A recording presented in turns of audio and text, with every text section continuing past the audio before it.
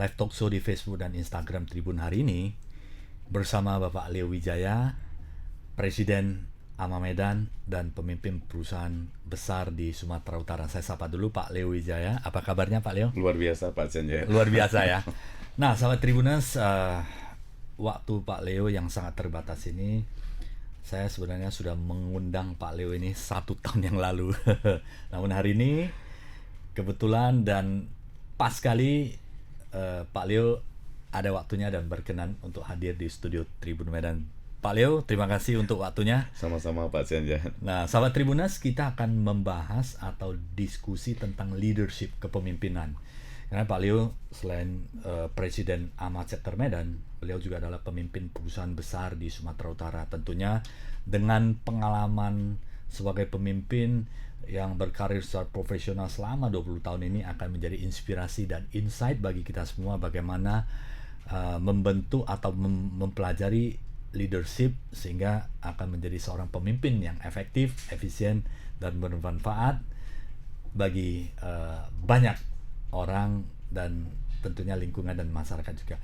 Pak Leo, kalau kita cerita tentang leadership, ini mungkin Pak Leo bisa ceritakan sedikit tentang pengalaman Pak Leo selama berkarir sampai bisa di puncak organisasi dan Presiden AMA Chapter Medan ini. Sedikit profil tentang Pak Leo. Ya, terima kasih Pak Sanjaya, sekali lagi selamat pagi juga para sahabat Tribuners Medan. Nah, jadi sebenarnya Pak Sanjaya, leadership ini merupakan suatu proses yang kalau kita jalanin kemudian kita asah dari tahun ke tahun bisa semakin baik, semakin tajam, yang kemudian itu dapat melengkapi kesempurnaan kita untuk memanage sebagai seorang pimpinan. Jadi saya pikir kepemimpinan ini juga merupakan sebenarnya suatu seni ya. Nah, sehingga kalau kita ngomong seni itu kan ada dari 2 sumber. Satu, memang ada orang itu punya talenta. Nah, bahkan di teori itu mengatakan setiap manusia itu di dalam dirinya sejak dia lahir itu sebenarnya punya talenta sebagai seorang pimpinan sebenarnya. Nah, hanya lagi talenta itu ternyata perlu diasah supaya bisa sesuai dengan kondisi dan momen-momen tertentu. Nah, itu kalau yang talenta. Satu lagi yang namanya seni itu memang juga bisa dipelajarin. Jadi saya pikir ini merupakan proses dari waktu yang berjalan ke arah yang semakin baik. Ya, Pak Leo, menarik ya. Artinya sahabat Tribuners, kalau dilihat dari apa yang menjadi pengalaman Pak Leo memimpin perusahaan besar dan Presiden AMA Chapter Medan, ini bahwa kepemimpinan itu ada yang sudah memang dari bawah lahir sudah ada karakter kepemimpinan yang kuat ya, dan seiring dengan berjalannya waktu itu bisa dipelajari. Nah, kalau kita ambil benang merahnya Pak Leo, kira-kira essence of leadership, kriteria dari leadership, baik dari itu dilahirkan sudah ada karakter pemimpin tegas dan sebagainya. Kemudian banyak juga STM dan profesional pelajari bahwa atribut kepemimpinan itu ada dan bisa ditingkatkan skill and knowledge-nya, sehingga jadilah menjadi seorang pemimpin yang hebat juga ya.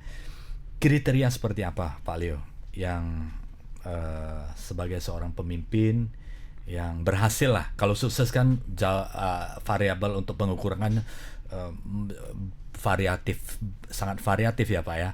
Ada yang mengatakan kalau sudah memimpin perusahaan besar sudah sukses, ada yang mengatakan itu sudah lebih dari sukses, ada yang mengatakan masih butuh organisasi dan sebagainya. Itu kriterianya seperti apa Pak Leo? Dari apa kacamatanya atau cara pandangnya Pak Leo? Ya, jadi menarik ini pertanyaannya. Nah, sebelumnya ini disclaimer. Jadi artinya ini adalah merupakan opini dari saya pribadi. Masing-masing opini karena masing-masing sudut pandang bisa berbeda ya. Betul. Bukan membanggakan diri, Tidak. tetapi bagaimana sharing ada kesempatan ini bisa menjadi seorang pemimpin di Ya, institusi dimanapun kita berada. betul. Jadi artinya ini opini saya dan berdasarkan best practice yang saya terapkan selama saya berkarir sekitar 28 tahun di salah satu perusahaan di Sumatera Utara. Nah, sebenarnya kalau kita bicara kepemimpinan itu secara kriteria ya, Pak Senyat. Pertama dia itu mesti realistis. Dia mesti realistis. Yang kedua, dia itu mesti banyak idea. Karena kenapa banyak idea? Pada suatu saat kita akan dihadapi dengan suatu kondisi ataupun situasi masalah. Nah, kemudian besok lusa dengan kondisi masalah yang berbeda lagi. Jadi kita mesti sebagai pimpinan tuh mesti banyak ide untuk bagaimana kita bisa menghadapi situasi ataupun momen-momen ketika sedang terjadi gejolak. Nah, kalau yang paling baru ini misalnya kemarin kita melanda dunia masalah virus corona. Nah, itu juga satu situasi yang kita tidak bisa mengelak dari sana, tetapi bagaimana kita bisa menghadapinya, terus bisa bertahan dan akhirnya keluar dari situasi tersebut dengan membawa organisasi, memanage organisasi itu relatif dengan baik seperti itu. Jadi mesti banyak ide. Kemudian inisiatif penting, salah satu kriteria. Jadi sebagai pimpinan itu juga mesti banyak inisiatif. Kemudian juga bisa menjadi panutan, kira-kira bisa membuat tim kita itu atau karyawan-karyawan kita itu memetik beberapa contoh-contoh yang positif dari seorang pimpinan. Karena kalau menurut saya pimpinan ini kan kita mesti bisa berhasil melahirkan dalam konteks menciptakan calon-calon pimpinan baru, calon-calon talent-talent yang baru untuk kemudian menjadi pimpinan masa depan di organisasi tersebut. Jadi kita kalau bicara pimpinan kan nggak bisa hanya kita saja kan gitu. Jadi setiap era ada orangnya, dan setiap orang tuh ada masanya, ada eranya. Jadi menurut saya kalau salah satu kriteria yang baik itu adalah kita bisa melahirkan calon pemimpin-pemimpin yang baru di dalam suatu organisasi atau skup kecilnya perusahaan tersebut itu. Nah, kemudian kriteria yang lain yang menurut saya sangat penting adalah kita punya ketenangan, kestabilan emosi, kira-kira seperti itu, Pak Janet. Kenapa saya katakan penting? Kalau kita terbawa suasana terus kita larut, biasanya ini akan mengganggu kita di dalam rangka mengambil keputusan. Jadi saya pikir ketenangan ini sangat penting. Jadi katakanlah badai besar, gelombang besar, kita juga harus tenang sehingga kita punya space, kondisi untuk berpikir bagaimana cara mengatasin katakanlah badai-badai tersebut. Jadi emosi yang stabil atau ketenangan ini sangat penting. Lebih kurang itu sih kriteria yang menurut saya. Menarik Pak Leo. Tidak mudah ya Pak Leo ya melewati pandemi COVID-19 ya. Dan banyak perusahaan yang bukan hanya mengalami penurunan, tetapi juga ada yang sudah ada yang tidak bisa bangkit kembali karena dampaknya sudah sangat luar biasa. Nah, selama pandemik itu tumbuh kan mungkin sulit ya, karena semua menghadapi keterbatasan yang sangat luar biasa, komunikasi, tatap muka, dan kemudian kita harus benar-benar menyendiri waktu itu. Karena kontak ke manusia itu bisa menularkan virus COVID-19. Dan kalau menurut Pak Leo, kira-kira melewati masa ini, yang dikatakan bagus itu adalah bisa survive dan bisa bertahan, itu sudah bagus ya pada saat itu ya. Betul ya Pak ya. Dan saya ada kebetulan pernah diskusi leadership juga bersama Pak Bambang waktu itu salah satu direktur Astra Internasional, dan beliau mengatakan Astra itu leadershipnya yang kuat itu kriterianya adalah jikalau terjadi masalah secara global, maka perusahaan yang terakhir mengalami permasalahan yang serius. Dan jikalau bangkit ekonomi dan situasi bangkit kembali, maka Astra yang akan bangkit duluan. Bagaimana menurut Pak Leo? Ya, Itu essence yang kesimpulan dari beliau, bahwa ketahanan perusahaan itu dia gambarkan Astra seperti itu. ya, Pak Cenyek, saya sangat setuju kalau untuk perusahaan sekelas Astra ya di Indonesia ini. Jadi memang kalau di Astra itu secara leadership, secara manajemen dan secara model bisnis itu sangat tertata rapi, sangat sistematis, sehingga seperti tadi yang Pak Sen ngomong, bahwasanya ketika terjadi gelombang apapun, kalau yang belakang ini kan kebetulan COVID-19, memang prinsipnya adalah kalaupun ada dampak yang paling parah, maka kita menjadi perusahaan yang terakhir terkena dampak, dan sebaliknya ketika terjadi recovery, maka kita adalah menjadi perusahaan yang paling cepat untuk recovery dan tumbuh kembali gitu. Jadi kalau sekali perusahaan sekelas Astra memang sangat luar biasa, sangat sistematis, sangat kuat fondasinya juga, dan selalu bisa mengikuti perkembangan zaman sesuai dengan model bisnisnya di saat apapun. Luar biasa. Nah, Pak Leo, kalau kita cerita menciptakan pemimpin baru, secara konsep bagaimana ya leader itu harus menciptakan pemimpin baru? Di satu sisi pasti Pak, kalau misalnya di proses menjalankan organisasi pasti waktu sangat sibuk ya Pak ya, di mana harus memimpin, merencanakan, mengorganize dan mengawasi tugas-tugas dan target-target yang ada, visi-visi ke depan yang harus diselesaikan. Tetapi di sisi lain juga bagaimana memikirkan the new leader, the next leader untuk bisa estafet kepemimpinan itu bagus. Satu, tantangannya adalah waktu, dan kemudian tantangan kedua adalah belum tentu Pak leader itu legowo Pak. Misalnya saya sebagai seorang pemimpin, tentunya tahta atau kepemimpinan saya ini pasti harapannya selama mungkin, sepanjang mungkin ya Pak ya. Tapi bagaimana bisa kita create satu environment yang bukan diri sendiri, tapi the future of organisasi itu yang menjadi tujuan kita. Ini tidak mudah Pak. Mungkin bisa gambaran sedikit Pak. Ini menarik ini Pak. Ya. Karena sampai sekarang ini perusahaan yang sudah bertahan 10 dan 20 tahun itu bukan hal yang mudah ya Pak ya. Artinya tongkat estafet leadership itu ditransfer sedemikian baik sehingga next leader itu bukan hanya bisa tumbuh berkembang tapi bisa berjalan dengan baik dan lancar. Ada transfer leadership yang sangat bagus sekali.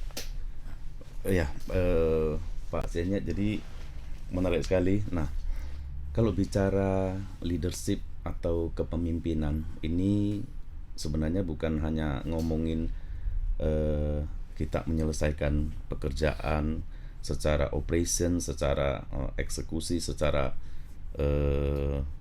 yang lainnya sehari-hari ya, daily activity. Tetapi di sini juga ada di dalamnya itu man management. Jadi bagaimana kita memanage tim kita.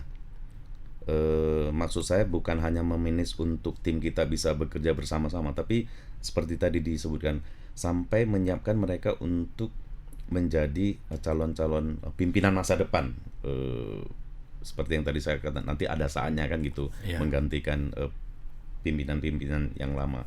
Nah terus tadi kalau Pak Sanyek ngomongin ada pimpinan yang mungkin secara karakter ya kurang legowo sehingga cenderung mempertahankan untuk tatanya untuk jangka waktu yang lama. bagi saya itu secara karakter tidak sangat tidak ideal, sangat tidak ideal. Jadi kayak ini ya, PPS gitu ya, post power syndrome gitu ya. Iya. Jadi tetap mau menggenggam kekuasaan, saya pikir kurang inilah. Nah, kita mestinya sebagai pimpinan bisa menyiapkan calon pimpinan masa depan. Nah, kalau yang saya terapkan Pak Sianyet, kalau tadi menyinggung masalah, kadang-kadang kan kita punya ya dalam sehari kan waktu udah keukur berapa jam buat kerja dan sebagainya. Terus pekerjaannya kan menumpuk, bagaimana saya menyelesaikan pekerjaan secara verbal dan bagaimana saya memanage tim saya, kan begitu. Kalau kalau saya biasanya sehari-hari yang saya terapkan di lingkungan perusahaan, saya selalu sampaikan kepada tim saya, kalau you punya masalah, punya pertanyaan gitu ya, dalam konteks pekerjaan, silakan diskusi dengan saya. Jadi bahkan kalaupun seandainya katakanlah apa ya, tim saya yang tidak langsung menjadi bawahan saya, tetapi katakanlah 2 layer atau bahkan 3 layer di bawah saya pun, saya tetap welcome. Jadi silakan, ya you punya masalah pekerjaan, tanya secara technical skill, kan dia mesti tanya ke atasannya langsung. Seandainya itu pun kurang membuat dia paham, ini kan beda orang, beda cara mendeliver ilmu gitu. Silakan cari waktu yang saya senggang untuk kita diskusi, ya sharing-sharing lah, saya bilang gitu. Nah, jadi biasanya saya kalau yang begitu ya, kecuali yang keputusan urgent itu kan mesti on the spot gitu. Tetapi kalau yang sifatnya ya sharing-sharing, discussing gitu kan, saya selalu buka waktu buat tim saya begitu. Nah, biasanya tim itu sudah mengerti, misalnya after working hour, misalnya jam 6 sore gitu, silakan ketuk pintu masuk ke ruangan saya, terus kita diskusi, you punya masalah apa, punya pertanyaan apa gitu ya, yang kira-kira butuh guidance gitu, kita sharing ya, karena kan saya pernah melewatin proses seperti itu yang panjang ya, ya, jadi tidak perlu mengulangi lagi hal-hal yang tidak perlu ya. Betul. Nah, jadi sehingga ini membuat mereka semakin mengerti apa yang dilakukan dan apa yang dihindari, dan ini juga menjadi preferensi bagi mereka untuk ketika punya masalah, kira-kira mereka punya ide, ngeluarin ide nih, solusi apa, plan A, plan B, alternatif A, opsi B, begitu-gitu kan. Jadi biasanya seperti itu. Nah, sering juga katakan ada suatu kali itu tim saya pagi menghadap saya, minta keputusan lah gitu ya, atas suatu hal, kan kalau di kerjaan sering ada. Jadi saya challenge kembali, kalau menurut kamu apa ide kamu untuk kalau solusi ini apa gitu. Jadi dia menyampaikan kepada saya, menurut dia ini ada 2, A dan B gitu ya. Jadi saya minta dia cerita versi dia dulu kan. Terus saya ngomong, oke, kita ambil yang B gitu loh. Dia lakukan, dia eksekusi sesuai dengan arahan saya, dia eksekusi. Sorenya Pak Sianyet, after working hour juga, dia ketuk pintu, dia masuk ke ruangan saya. Pak, maaf saya mengganggu, boleh ini Pak ngobrol-ngobrol? Oh silakan, saya bilang. Enggak, ini yang tadi pagi, opsi A dan opsi B. Sebetulnya saya itu lebih cenderung opsi A, tapi kenapa kok Bapak milihnya opsi B, kira-kira apa? Terus saya ceritain, kalau yang A begini-begini, nanti dampak negatifnya seperti ini, begitu juga yang B. Jadi ya biasa kalau kita mengambil keputusan pasti ada negatif positif, ada timbangannya ya. Ya, tapi kan kita selalu mengambil yang paling kecil ini ya, apa namanya, untuk negatifnya ya. Seperti itu. Oh, dia langsung mengerti. Nah, ini salah satu contoh. Jadi bukan hanya saya tidak menciptakan robot Pak Sen. Jadi bukan jalanin begini kan, nggak bisa begitu. Jadi mereka mesti ngerti kenapa ini yang menjadi guidance kita. Jadi mereka mesti mengerti. Nah, sehingga kebetulan apabila di suatu ketika problem yang dijumpain adalah problem yang sama persis, kadang-kadang kan bisa gitu. Jadi sebetulnya mereka nggak terlalu nanya kita lagi, tapi hanya minta asik-asik doang karena dia udah tahu. Akhirnya seperti itu, jadi membuat mereka itu bisa lebih pinter di bidang, minimal di bidang pekerjaan mereka. Nah, kalau saya sih begitu saya terapkan, sehingga mereka semakin mateng day by day gitu kan. Jangan nanti, saya suka cerita ke tim saya juga, jangan nanti kerja di tempat kita tuh udah berapa tahun, 5 tahun, terus kapan hari karena sesuatu hal nggak betah lagi, terus kan ngelamar tuh di perusahaan lain, terus ditanya, yuk dulu di mana? Oh, di perusahaan ini. Terus sebagai apa? Sebagai ini. Berapa lama? 5 tahun. Begitu kan 5 tahun ya, begitu ditanya mengenai item pekerjaannya nggak bisa ngejawab. Nah kan kasihan gitu sih. Kasihan. Jadi makanya saya selalu membuat tim-tim saya itu betul-betul mengerti atas pekerjaan mereka. Itu sih lebih kurang itu, menguasai ya. Luar biasa ya. Jadi memang benar-benar bukan hanya orientasi kepada hasil kerja atau KPI, tetapi more kepada mentoring ya Pak. Betul. More kepada mentoring supaya timnya Bapak, subordinate-nya, tim inti Bapak itu semakin lama semakin mereka menguasai. Betul, Pak. Dan diberikan kebebasan untuk analisis ya, walaupun keputusannya adalah keputusan yang terbaik, tapi mereka diberikan kebebasan dan Bapak bersifat mentoring yang supaya mereka lama-lama menjadi kuat ya. Seberapa banyak marah-marah di kantor Pak? Apakah ini kan menyangkut stabilitas emosi ya? Betul. Bagaimana handle itu emosional tadi, seperti itu ya? Benar. Tadi ini menarik Pak ini. sudah menyebutkan nih stabilitas emosi gitu. Kalau saya kebetulan karakter pimpinan yang jarang marah sih ya. Jarang marah, bahkan based on data ya gitu ya. Bahkan mentoring. Iya betul. Bahkan ketika saya men-treat orang atau tim yang bersalah pun, saya punya cara tersendiri, tapi bukan dengan marah-marah, tetapi menunjukkan kesalahannya untuk kemudian dia bisa menyadari dan dia lakukan koreksi. Jadi saya bukan tipe pimpinan yang suka mencap-mencap gebrak meja dan sebagainya, enggak sih. Sehingga mestinya tim saya pun kalau yang salah ini ya Pak ya, saya koreksi begitu, dia menyadarin, oh ini dia salah, ditegur, cengli. Jadi tidak ada dendam di antara kita. Jadi termasuk kalau marah di depan umum begitu, menjaga apalah ya, itu mereka bukan punya tipe, harga diri bukan tipe saya yang begitu. Jadi saya kalau Pak Sanya nanya seberapa sering, sangat jarang. Luar biasa. Berarti memang leadership yang sangat supportive leadership ya, bukan yang leadership secara apa ya, militer, otoriter, bukan seperti itu, bukan. tapi ada demokratisasi dan kemudian Pak Leo sangat suportif untuk mendukung mereka maju dan berkembang step demi step ya. Ada masalah tetap ada solusinya dan ada ide-ide, mudah-mudahan setelah mereka menerima seperti itu mereka akan lanjutkan ke berikutnya lagi ya. Inilah budaya-budaya yang ditanamkan, diturunkan ke sebuah organisasi sehingga menjadi the learning organization yang bagus, sehingga semua orang belajar menuju ke lebih baik lagi ke depannya. Pak, kalau ini cerita tadi kan berarti leadership sebagai suportif dan inspiratif ya Pak ya, menginspirasi mereka ya. Betul.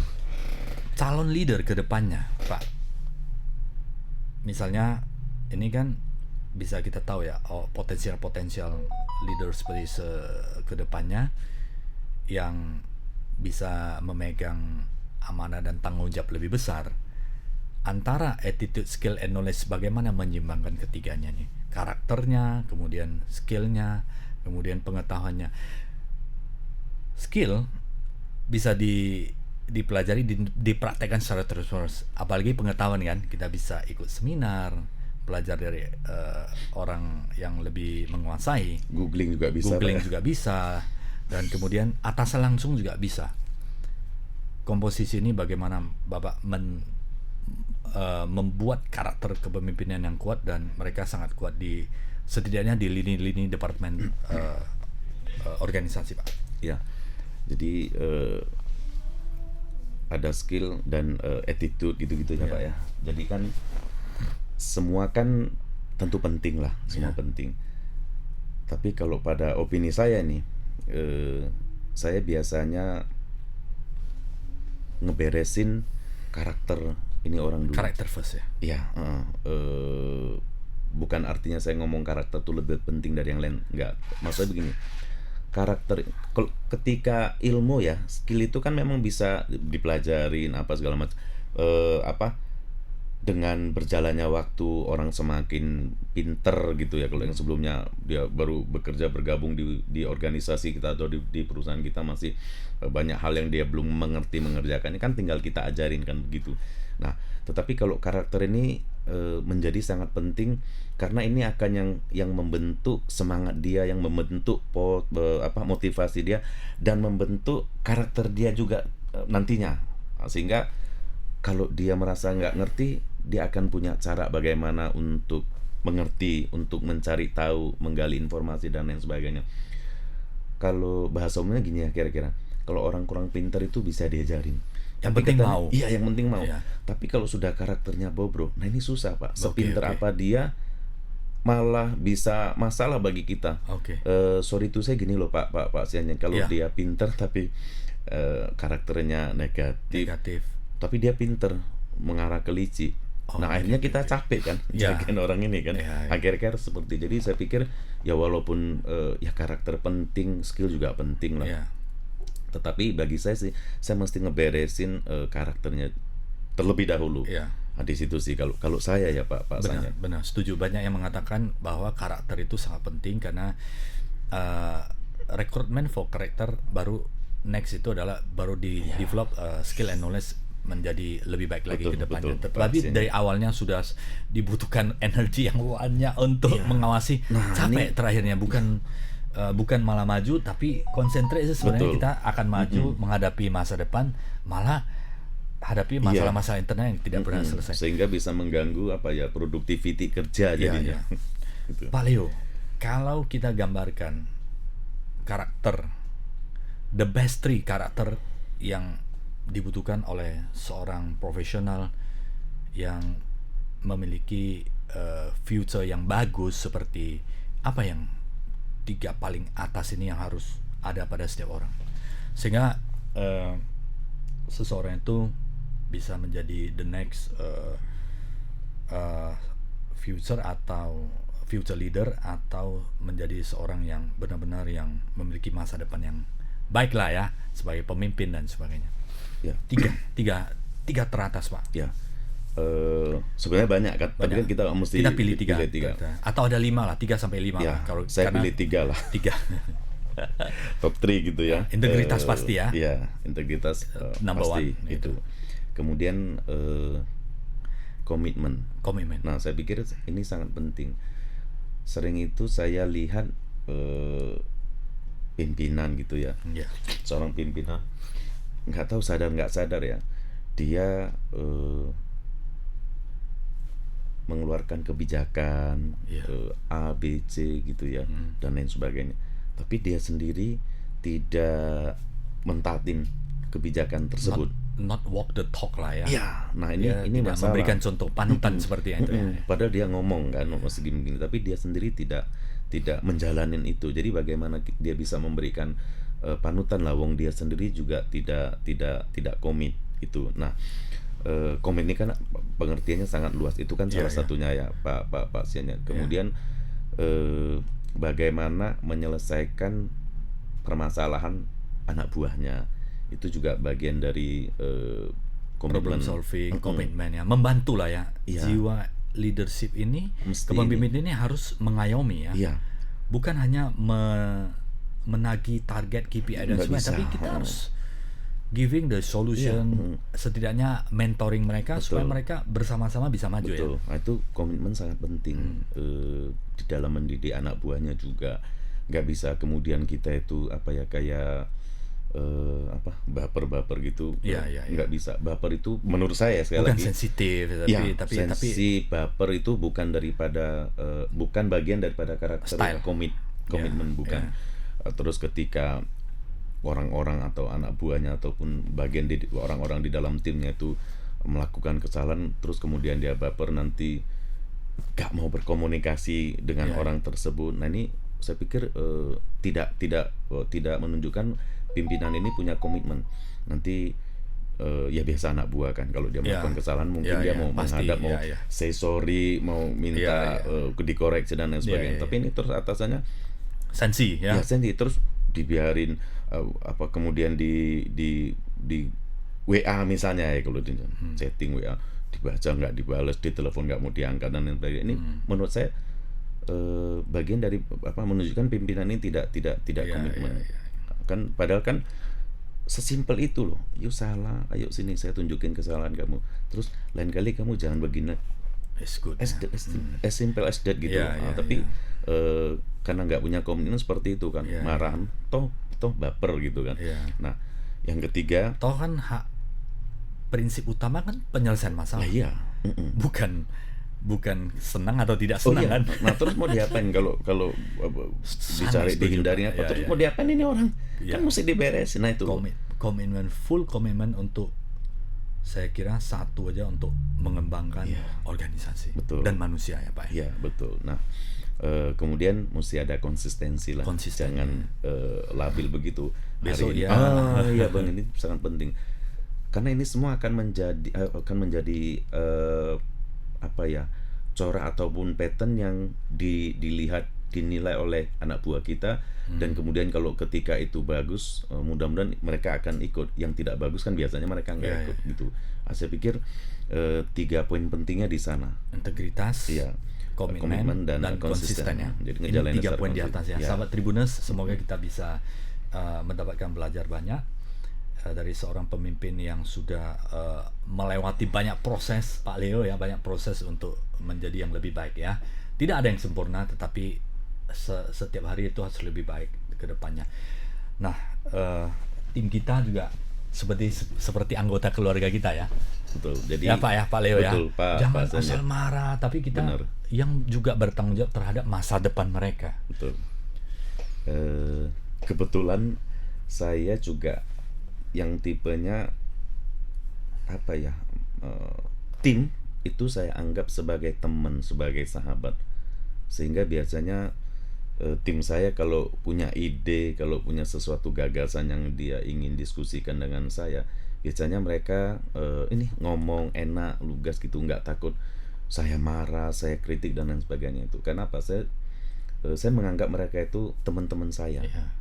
Jadi ada nilai fun di dalamnya, ada nilai, bahkan ada nilai kekerabatannya di dalamnya. Jadi karena bagi saya itu yang kayaknya membuat mereka nyaman tapi bertanggung jawab dan punya motivasi untuk maju. Itu sih kalau saya Pak. Dan kadangkala ide-ide brilian itu muncul dari mereka. Benar, betul. Seberapa sering terjadi itu? Nah, kalau saya bisa muncul dari tim yang hebat ya. Karena sangat. Kita mungkin tidak terpikir. Betul. Pada saat itu kita mesti memberikan ruang, space bagi tim kita untuk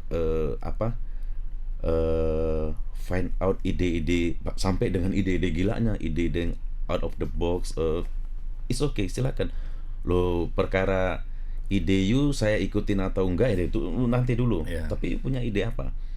Daripada nanti saya libatkan Anda untuk berpartisipasi mengeluarkan ide, gagasan gitu, itu nggak ngomong apa-apa gitu. Itu masalah. Jadi kalau tadi pertanyaan Pak San, di kita sangat sering tim saya itu Pak, kalau menurut saya gini, nggak apa, ngomong aja, kita explore ide-ide mereka. Jadi ini akan membuat mereka semakin merasa mereka itu penting dan mereka itu harus tetap punya ide-ide yang baru. Itu dan sih. Berani mengutarakannya. Nggak takut jumpa nanti Pak Leo seperti apa. Bangun environment yang positif sehingga setiap orang memiliki kesempatan dan memiliki peluang untuk mengeluarkan ide-ide terbaik mereka, berusaha yang terbaik untuk memajukan perusahaan. Nah Pak Leo, tadi sebelum di sini kan Pak Leo ada cerita, sometimes itu 2 level di bawah juga diizinkan untuk bertemu Pak Leo, tetapi bukan teknikal ya. Teknikal itu atasannya. Biasanya atasannya. Dan itu apakah seberapa sering dan apakah tidak melanggar layer organisasi, Pak. Ya. Menurut Bapak. Betul. Makanya penting kita ngomong di depan ini ketika menyampaikan ke mereka supaya ini tidak ditafsirkan sebagai eskalasi yang tidak sehat Ya, gitu ya, kan. ya. Ini kan Nanti sedikit-sedikit cari bener. dua atasan Ini, langsung kan, ya, atasan langsungnya tidak berfungsi. betul. Ya. Ini akan merusak tatanan sih Ya, hierarki ya, di dalam suatu organisasi. Jadi biasanya yang saya sampaikan ke mereka ini adalah sifatnya discussion, sharing gitu. Sebenarnya gini, Values lah ya. Iya, sebenarnya Values ya. Iya, kalau orang sharing, yuk nggak nanya saya pun di luar punya teman atau punya dosen punya apa kan sama Pasti juga. ada. Betul, Jadi betul. lebih kepada itu sih Iya, Pak Sen. Jadi tidak mengganggu teknis skill pekerjaan dia karena itu memang pasti hubungan atasan dengan bawahan langsungnya. Iya, Itu sih. Pak, menurut Bapak kesalahan-kesalahan apa yang seyogianya atau selayaknya tidak dilakukan oleh seorang pemimpin? Ya, kalau menurut saya begini Pak. Yang sebaiknya janganlah ya. Ya, yang kalau masih ada pilihan yang lebih baik, kenapa harus dilakukan seperti itu? Yang menurut Bapak itu sebaiknya jangan. Ya. Jadi kira-kira do and done-nya ya. Kalau Do and tadi done-nya. do sekarang done apa gitu, jangan apa ya. gitu ya. Nah, Pak Senet mungkin sering juga ya membaca, melihat atau mungkin dulu juga mengalami kan berdasarkan pengalaman hidup kita. Nah, ada pimpinan itu yang karakternya itu dia mau anak buahnya takut. Gitu ya, Pak ya. Kan ada yang seperti itu. Nah, ada. Dia mau anak buahnya takut apa segala macam. Nah, kalau menurut saya ini yang jangan membentuk situasi supaya anak buahnya takut kepada dia. Jadi dia itu seolah-olah dirinya itu sebagai harimau. Jadi anak buahnya takut. Nah, kalau anak buahnya sudah takut, maka ketika anak buahnya berhadapan dengan dia itu akan mati ide, akan kaku, akan blur. Jadi kebayangkan dulu kalau kita waktu sekolah ya, masih di anak-anak dulu sekolah, terus ada pelajaran yang kita nggak ngerti, terus kalau gurunya galak gitu kan, begitu kita berhadapan dengan guru tersebut, wah kita udah stres gitu. Nah, saya pikir itu yang sangat penting, yang jangan itu dilakukan, menciptakan diri kita ini supaya tim kita, supaya anak buah kita takut kepada kita. Saya pikir itu keliru. Nah, dengan kita membimbing mereka seperti yang saya katakan, ini kan kebetulan karena pengalaman saya. Pak, sharing pengalaman. Ya, Pak, betul. Memperlakukan mereka ya sebagai teman gitu. So far saya lihat tim saya ya cukup segan kepada saya, tapi bukan takut. Segan jauh lebih penting daripada takut. Menurut itu saya sebegitu, Pak. Karena ide-ide akan bermunculan ya. Betul. Nah, kalau membuat anak buahnya itu merasa takut ya Pak ya, besok pagi bangun tidur itu orang ya mau datang kantor. Iya, mau datang kantor gitu udah stres. Kenapa? Wah, ini ada meeting sama bos gitu kan. Jadi dia udah stres. Ini akan membuat si tim karyawan tadi itu mati ide. Jadi dia nggak bisa berkembang lagi. Berarti kita gagal sebagai pimpinan untuk mendevelop calon-calon pimpinan yang baru kan, seperti itu. Itu yang pertama. Yang kedua ya tentunya tidak memberikan ruang kepada anak buah untuk berkembang, untuk maju gitu-gitu. Yang ketiga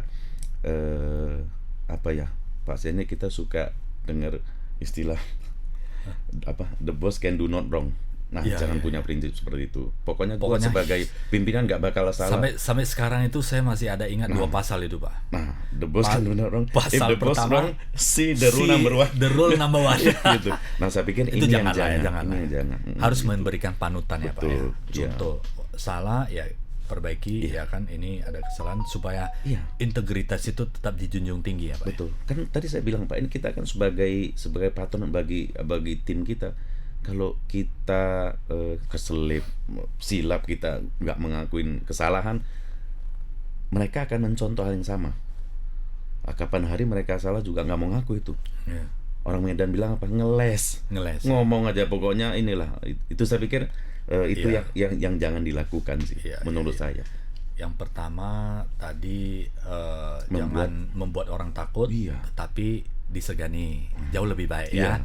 Jadi keterbukaan informasi, ide-ide akan menjadi lebih hidup, dan kemudian organisasi itu dapat tidak kehilangan ide itu, dan malah ide itu banyak. Iya, benar Pak. Semua orang bisa mengutarakan, mungkin saja sedikit itu akan merubah besar sangat luar organisasi biasa. ya. Betul, setuju. Nah, kemudian yang kedua, berikan ruang mereka untuk kesempatan itu untuk Sehingga mereka bisa berkembang ya. Kasih mereka kesempatan untuk mengeksplor idenya, untuk menyampaikan ide-idenya. Mereka jangan dibatasi, jangan dibatasi supaya mereka kalau bisa berkembang melampaui yang ada ya silakan. Betul. Malah lebih bagus, organisasi akan berkembang lebih pesat lagi, dan kesempatan kerja itu malah bisa lebih besar lagi ya. Nah, ini kan butuh pemahaman yang sangat matang, dan ini ditularkan oleh pemimpin paling tinggi Pak Leo terhadap layer ke bawah. Dan bagaimana Pak Leo memastikan bahwa ini juga ditransfer ke bawah? Nah, how to monitor? Ya, kalau di kami di perusahaan ini kan nggak bisa lewat lihat bisa terlalu gitu aja. Bawah, tapi bagaimana do and don't ini juga bukan hanya di layer 2, tapi 3, 4 juga akan mendapatkan value dan environment yang sama. Betul. Bagaimana itu? Yang pertama, kita mesti rutin melakukan internalisasi terhadap core value daripada perusahaan kita gitu ya, corporate culture kita kan di internal kita lakukan sesering mungkin internalisasi. Yang kedua, di layer di bawah kita, mereka kan juga pimpinan sebenarnya, tapi pimpinan yang lebih divisi mereka yang lebih terbatas ya. Betul. Nah, mereka kan punya schedule untuk melakukan meeting dengan timnya kan gitu. Nah, itu kita boleh nggak setiap kali ya, tapi ada waktu kita boleh nimbrung. Betul. Nah, karena dengan demikian Pak Chen, kita akan dapat sensing terhadap anak buah dia maupun terhadap pimpinan mereka, berarti leader yang di bawah kita gitu loh. Kita melihat langsung ya. Jadi ke fakta di lapangan ya. Betul. Apakah transfer dengan sempurna atau tidak ya? Dengan catatan kita jangan langsung mengoreksi secara konfrontir. Ini kan bagian dari etika. Menurut saya itu begitu kan. Jadi ketika kita lihat apa yang kurang dan lain sebagainya dari segi karakter kepemimpinan saya ngomong Pak ya. Nah, nanti pada waktunya kita panggil atasnya. Kita sharing diskusi juga ya. Jangan langsung ini salah. Jadi orang nggak berani. kurang bener kalau gitu, apalagi di depan anak buahnya ya. What next, apa yang harus dilakukan. Itu sih Pak. Itu. Menarik Pak. Kalau berarti caranya adalah internalisasi yang selalu terus kita sensing, kemudian masuk di dalam grup-grup yang lebih kecil ya, memastikan itu sudah values yang di atas itu tersampaikan dengan baik. Betul. Nah Pak, berarti pendekatan manusia itu menurut Pak Leo sangat penting ya? Sangat penting ya? Sometimes, kadang-kadang terlalu mengerti manusia, maka target ini kadang-kadang dilupakan. Bagaimana mengontrol hubungan manusia itu baik sehingga SDM di dalam organisasi itu juga menyadari bahwa ada target, ada KPI yang menjadi kewajiban. Jadi kalau bagaimana menumbuhkan ini, mereka hubungan baik tapi kewajiban harus dilakukan. Nah, tadi saya ngomong ya, kalau ini saya kan memperlakukan tim itu sebagai teman lagi kan. Sehingga di situ ada nilai fun dan di dalamnya sebenarnya ada nilai motivasi sehingga mereka itu nyaman dengan kita pasiennya.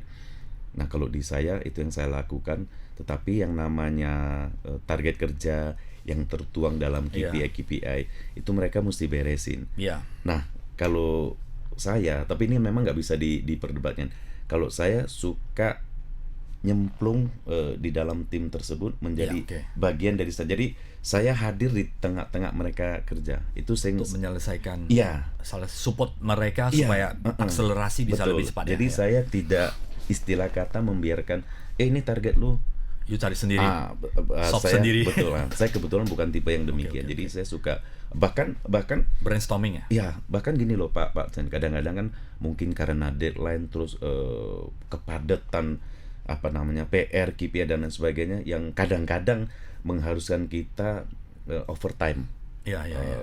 Secara eksekusi operasinya, Ya. sebetulnya kan itu tugasnya tim lah. Ya. Nah, kalau mengharuskan kita ataupun tim kita overtime, saya sering hadir di situ. Bapak ikut hadir Saya hadir di situ. untuk bersama mereka tim. semangat. Susah sama susah, Iya, senang sama senang. Iya benar. Ini kita lagi kejar Luar terus biasa nih, Pak, diburu waktu. Nah, kemudian kita mesti lembur. Bukan Saya hanya tagih ya, you selesaikan, enggak. saya tagih aja, bukan ya. Tapi Enggak, saya hadir di situ. part of team, Iya. sama-sama selesaikan karena tujuan lebih besar dari organisasi. Betul. Ya. Nah, itu kalau yang saya lakukan selama ini begitu. Jadi saya bukan ini kamu pokoknya besok sudah harus siap. Malam ini kamu lembur sampai jam 12. Nah, saya nggak begitu. Jadi ayo kita beresin Sama-sama. Sampai jam berapa selesai lah, wong besok targetnya ya oke mau Sama-sama, jam. ya. Tapi saya ada di situ. Ya. Saya ada di situ. Jadi mereka merasa saya tidak meninggalin mereka, tetapi saya tetap membimbing. Ini bagi saya kan ini sangat bisa membuat mereka punya semangat tetap terjaga, tetap termotivasi, tetap punya rasa tanggung jawab. Mereka merasa bersama perusahaan, Iya, bersama pemimpinnya ya. Pemimpinnya bersama mereka. Walaupun capek tapi mereka satisfied. Betul. Nah, itu yang saya lakukan. Ya. Tadi kan saya ngomong, ya ini bisa diperdebatkan. Kalau ada teman-teman lain pimpinan juga ngapain ya kan?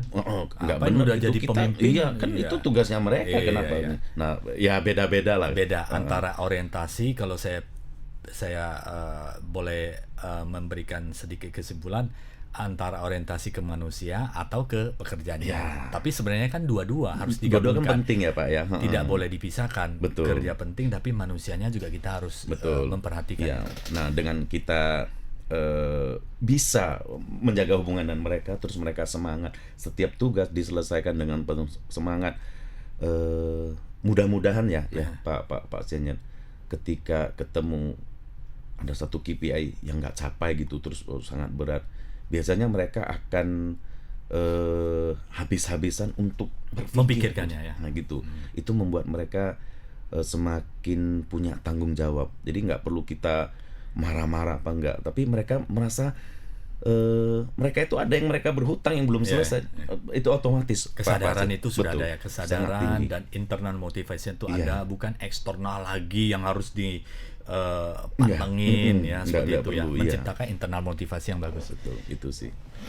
Pak, 2 pertanyaan lagi ya. Ini menarik nih, kalau sambung lagi bisa 2 jam nggak selesai, ini hampir 1 jam. Bagaimana meningkatkan performance tim dan performance organisasi secara keseluruhan? Bagaimana caranya Pak? Jadi kan setiap perusahaan kan mau kembangkan harus ada satu kemajuan lompatan yang harus kita lakukan. Bagaimana challenging tim ini? Ya, jadi di samping mengerti tim. Ya, kalau yang saya lakukan Pak cukup simpel. Jadi dengan menerapkan sistem reward and punishment. Itu ini kan istilah yang sangat sederhana dan sudah dari dulu kita mendengarkan istilah reward and punishment. Mudah diucapkan, sulit dijalankan. Jadi katakanlah ketika mereka berhasil gitu kan, kita harus bisa memberikan rewarding ya, apresiasi gitu ya. Toh tidak semuanya itu mesti semata-mata diukur dari segi materi, enggak. Jadi kita ngomong ini mereka enak, wah kamu luar biasa gitu nih. Mereka terapresiasi seperti itu. Jadi reward and punishment. Tapi punishment juga bukan gua SP lu apa segala macam, seperti yang tadi saya singgung bahwasanya kalaupun nggak capek apa segala macam, kita bakar lagi. Jadi apinya itu selalu hidup. Jadi nggak ada udah capai target tenang ongkang kaki. Nah, kalau kebetulan kalau di tim saya nggak ada yang begitu Pak Sen. Mereka sudah internal motivasi yang tinggi. Terus nantangin terus ini. Malah ditantangin. Gitu.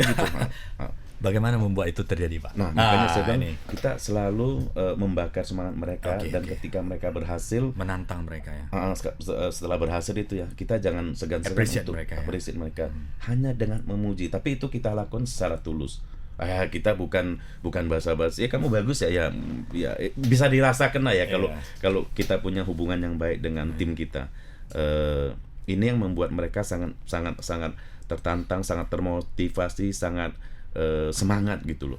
Malah kalau saya ngomong secara realistis, yang orang ini baru mau bergabung misalnya di perusahaan kita. Saya ngomongnya cukup realistis, tapi biarin dia berpikir ya.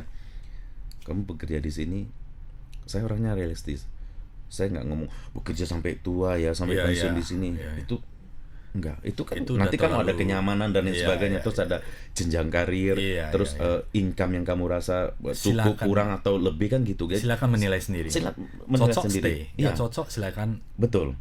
memilih yang lebih baik. Ya. Silakan. Jadi saya nggak realis, nggak di ini ya ditimang-timang kerja ya sampai tua sampai pensiun.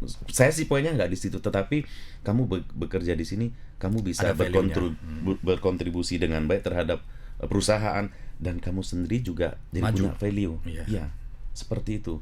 Jadi tadi kan saya ngomong ya Pak, suatu hari 3 tahun, 5 tahun, 7 tahun kamu keluar melamar di Jadi perusahaan ditanya lain. nggak tahu. Iya. Ya Malu kan? perusahaannya, Iya. Pak, ya. Tapi kalau kamu punya value, kamu bisa quote and quote ya, menjual diri. Iya, Saya iya, dulu iya. bekerja di perusahaan itu gini.